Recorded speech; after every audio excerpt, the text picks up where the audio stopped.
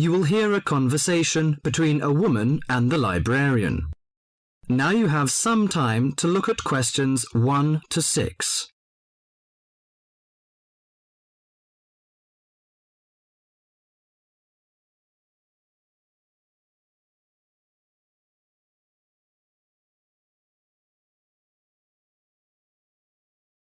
Now listen to the talk and answer the questions 1 to 6.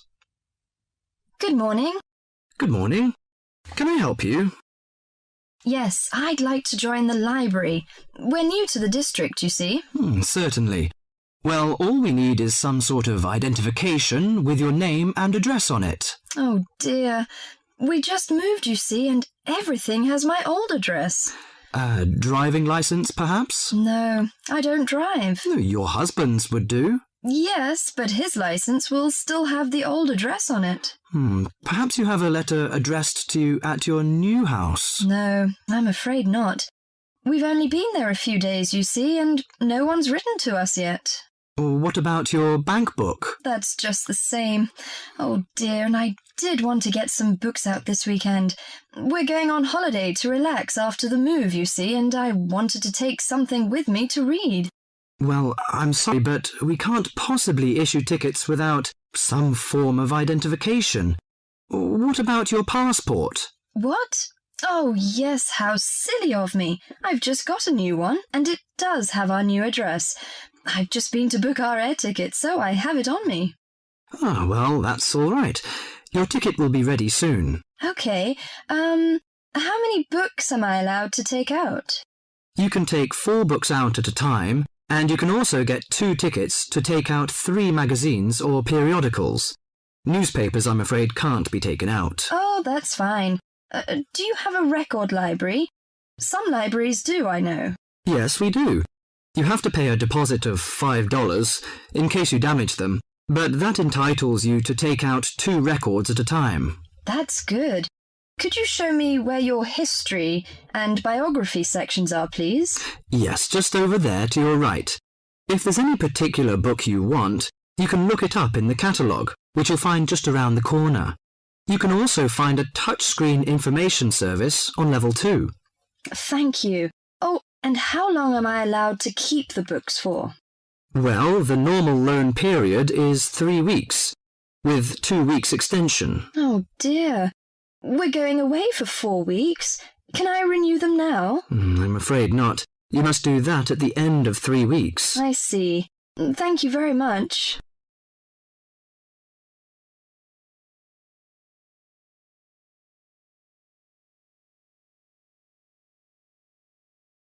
Before the talk continues, you have some time to look at questions 7 to 10.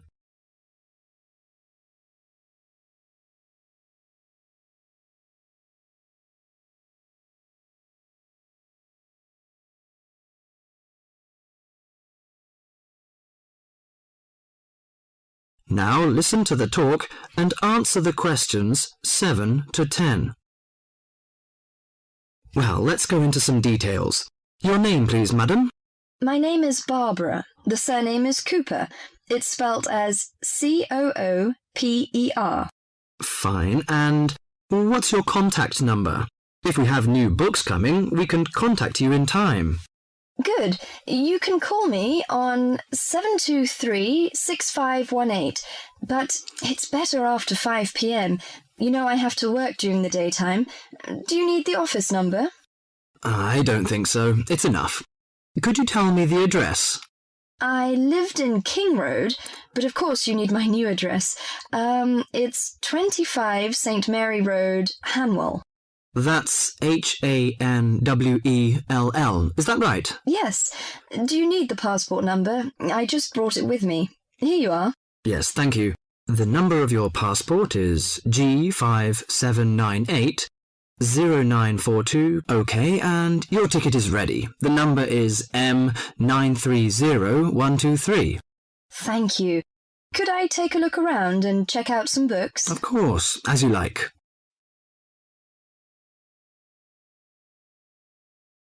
That is the end of part 1. You now have half a minute to check your answers.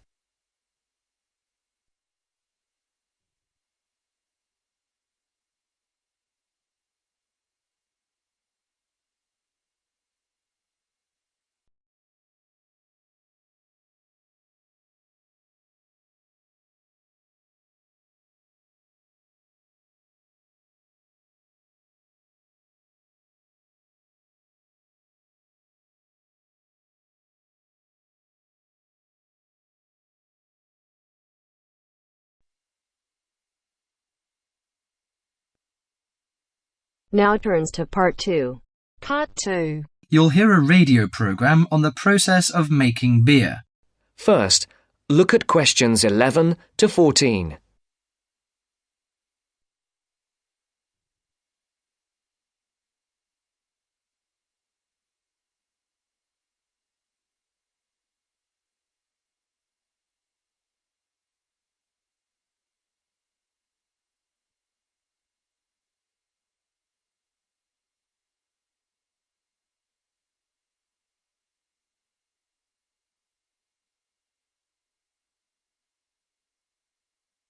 Listen carefully.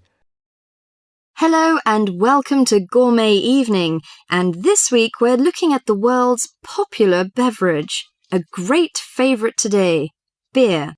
And in the studio to tell us all about it is Clark Maxwell. Beer is one of my personal favourite beverages, and I've got a number of facts, tips and trivia about beer to share with you. So, who invented beer and when? What is beer made of?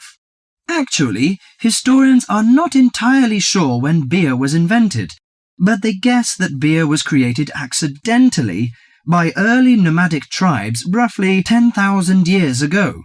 The 4 primary ingredients are malt, hops, yeast and water. Malt, which gives the beer a sweet taste, is made from barley soaked in water until its husks open and sprout. The sprouts are then dried and crushed. The small flowers of the hops vine are added partly because they taste bitter, helping balance the sweetness of the malt. Hops prevent the growth of bacteria that can spoil beer. Yeast is responsible for fermentation, which creates the alcohol and carbonation. Beer makers sometimes use additives or substitutes for malt or hops. Substitutes such as corn or rice can make a beer lighter or cheaper to produce. Before the broadcast continues, look at questions 15 to 20.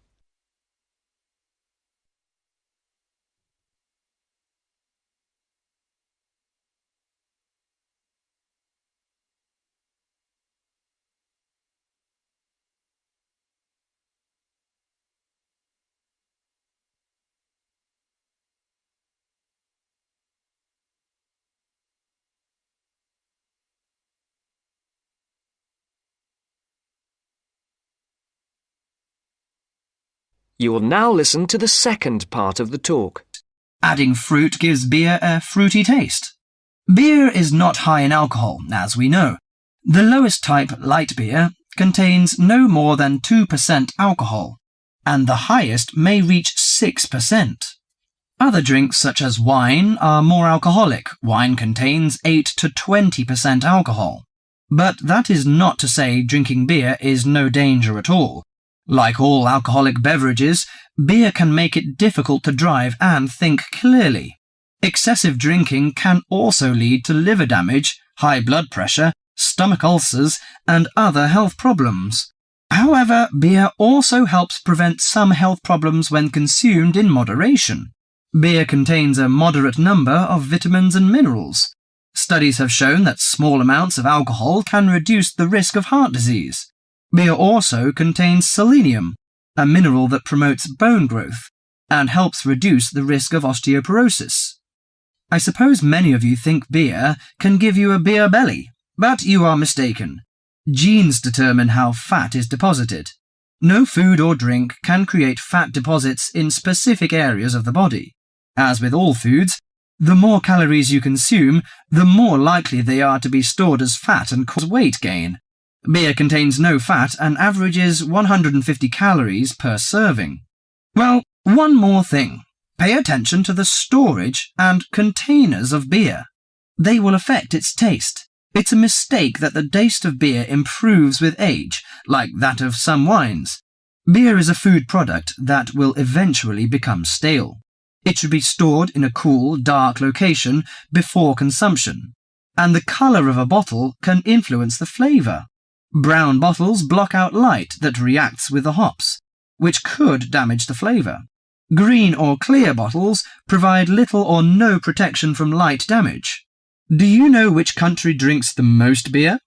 Although Britain is even on the list of big consumers, actually, the Czech Republic consumes the most beer, at 156 litres per person per year, followed by Ireland and Germany.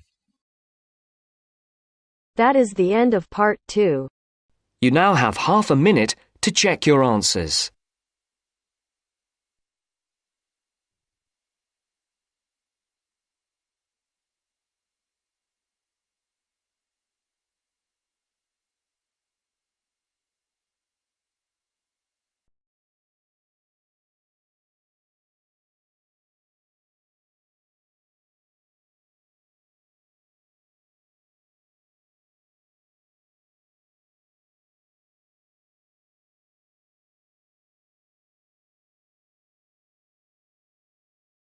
Now turns to part 3.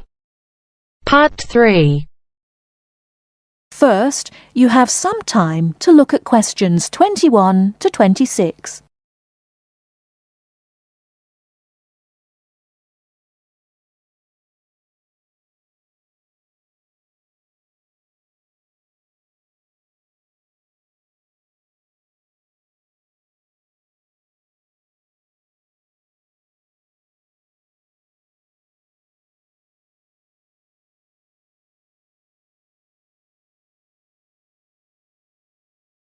Now listen carefully and answer questions 21 to 26.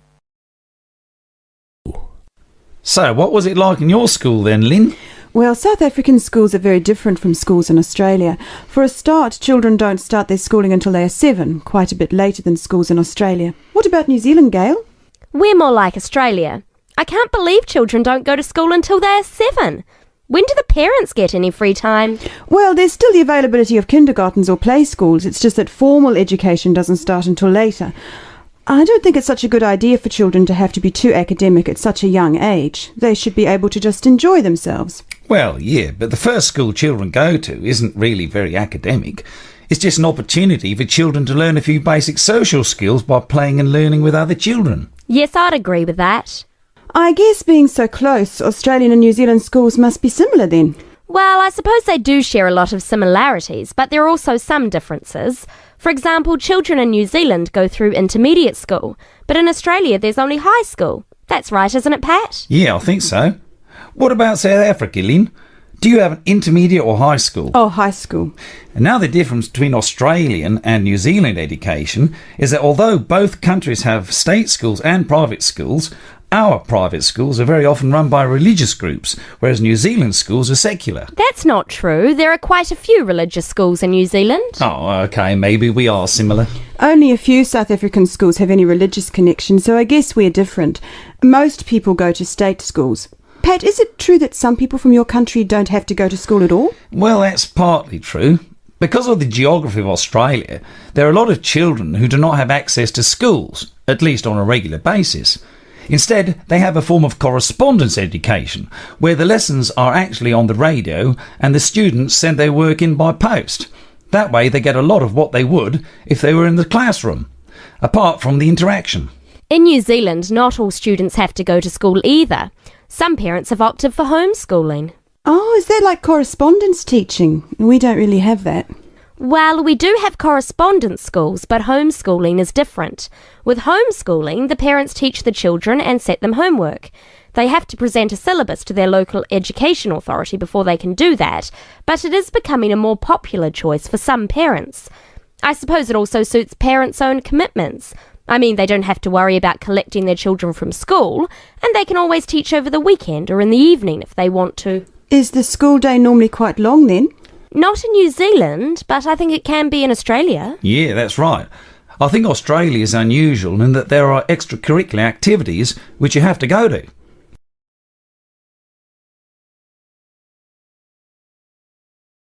Before you hear the rest of the talk, you have some time to look at questions 27 to 30.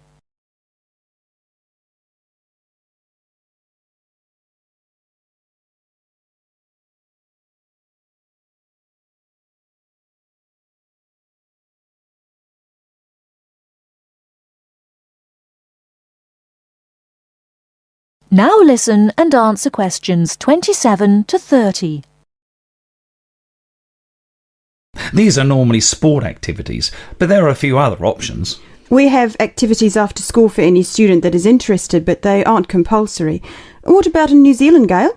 I had to do some sport every week. I didn't really like it, but it was part of the school day, so I guess that's not so bad. Anyway, I spent 2 years at boarding school, so things were a little different. Boarding school? What was that like? Well, the thing I remember most about it was the strict dress code. There were restrictions on everything. You had to wear a school uniform almost all of the time, and it had to be cleaned and ironed. The length of your skirt had to be no less than 1 inch above your knees when kneeling down. Sometimes we used to go out on school trips or just at weekends with a few friends, but whenever we were outside the school we had to wear a hat. There was one teacher who always used to give me extra homework because my socks weren't pulled up, and that was in the school late in the evening. I suppose it wasn't that bad, but at the time it felt like a prison. I kept getting into trouble for something. Most of the time I forgot something, normally my school badge. We had to wear that all the time, in the school and out, because it had our house colours on it. Wow, that doesn't sound like much fun. No, but it was a good education, I suppose.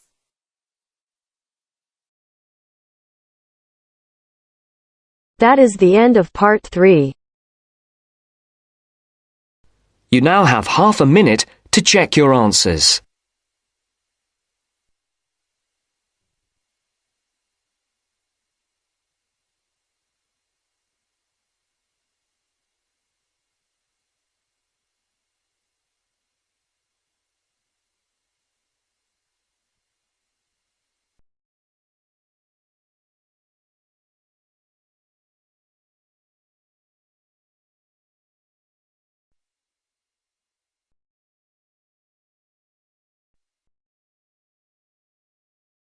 Now turns to part 4. Part 4. You will hear part of a lecture about a crater in Australia. First, you have some time to read questions 31 to 40.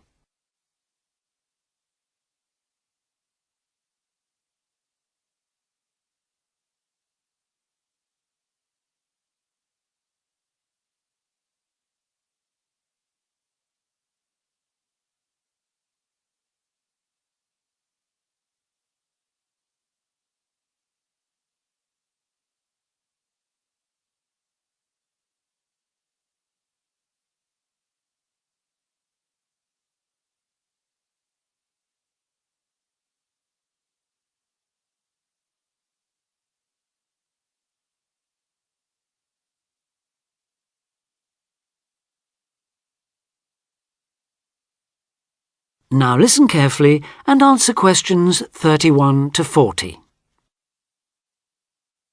Lake Acraman in South Australia is Armageddon for the purist.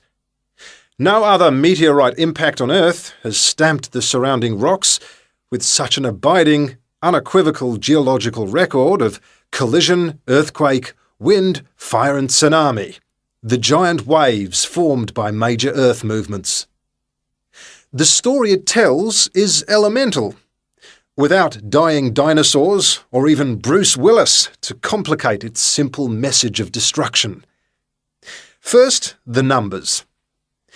About 590 million years ago, a rocky meteorite more than 4 kilometres across and travelling at around 90,000 kilometres an hour slammed into an area of red volcanic rock about 430 kilometres northwest of Adelaide.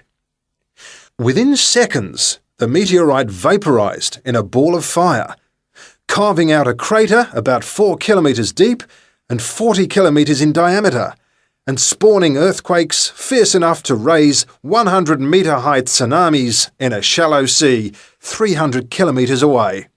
Ancient, stable and unglaciated, The bedrock of Australia preserves some of the most photogenic impact craters in the world. Acraman is not one of them. 500 million years of erosion has taken its toll. A salt pan surrounded by low hills is all that remains to mark the site of the cataclysm. The true nature of the place dawned on geologist George Williams of Adelaide University in 1979. Gazing at a sheaf of newly acquired satellite images, he saw the small circular shape of Lake Acraman surrounded by a ring of faults and low scarps 40 kilometres across, and an outer ring twice this size. A year later, he made it to the site. On islands near the centre of the lake, Williams found bedrock shattered in a conical pattern that experts consider a sure sign of a meteorite impact.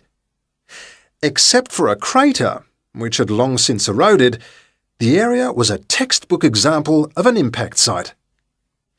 In 1985, further intriguing evidence turned up. Vic Gostin, another Adelaide geologist, had been studying a thin band of fragmented red volcanic rock in 600-million-year-old shale in the Flinders Ranges, more than 300 kilometres east of Acraman. To his bewilderment, the volcanic chunks turned out to be 1 billion years older than the shale. Where had they come from? Comparing samples, Gostin and Williams found that their rocks were identical. The red rock in the Flinders Ranges had been blasted there from Acraman. Later, the same material turned up at sites 500 kilometres from Acraman.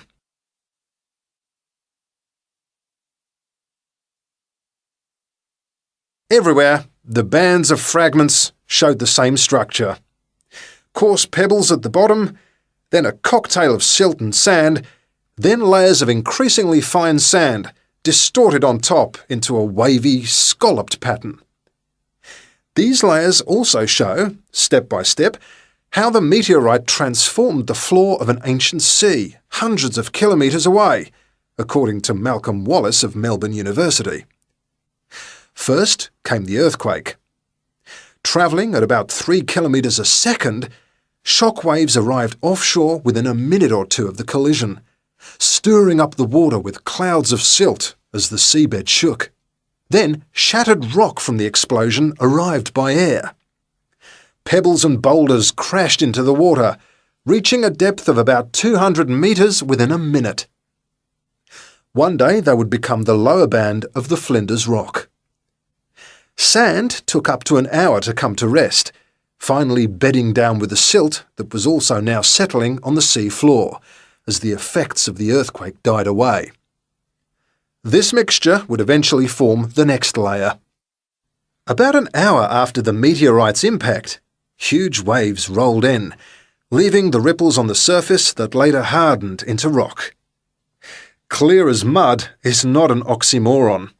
In Acraman, the arid, timeless Australian outback has preserved the closest thing the Earth can boast to a perfect pockmark, the pinnacle of imperfection. That is the end of part 4. You now have half a minute to check your answers.